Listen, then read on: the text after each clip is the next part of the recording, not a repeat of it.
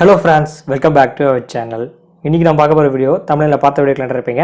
So இது வரைக்கும் நீங்க ஷட் பண்ற மெத்தட் Alt + F4 பிரஸ் பண்ணும்போது உங்களுக்கு ஷட் ரீஸ்டார்ட் இதெல்லாம் ஷோ ஆகும். நம்ம என்டர் கொடுத்த உடனே ஷட் ஆயிரும். அண்ட் ஷார்ட்கட் நம்ம கிரியேட் பண்ணிக்கலாம்.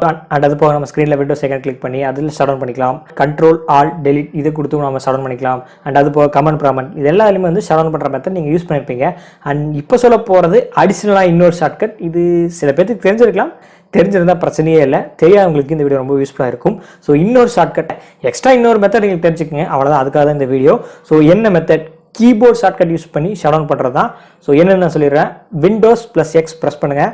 அண்ட் அதுக்கப்புறம் U அண்ட் ஒன்ஸ் அகைன் மறுபடியும் U, அவ்வளோதான், ஷட் டவுன் ஆயிரும்.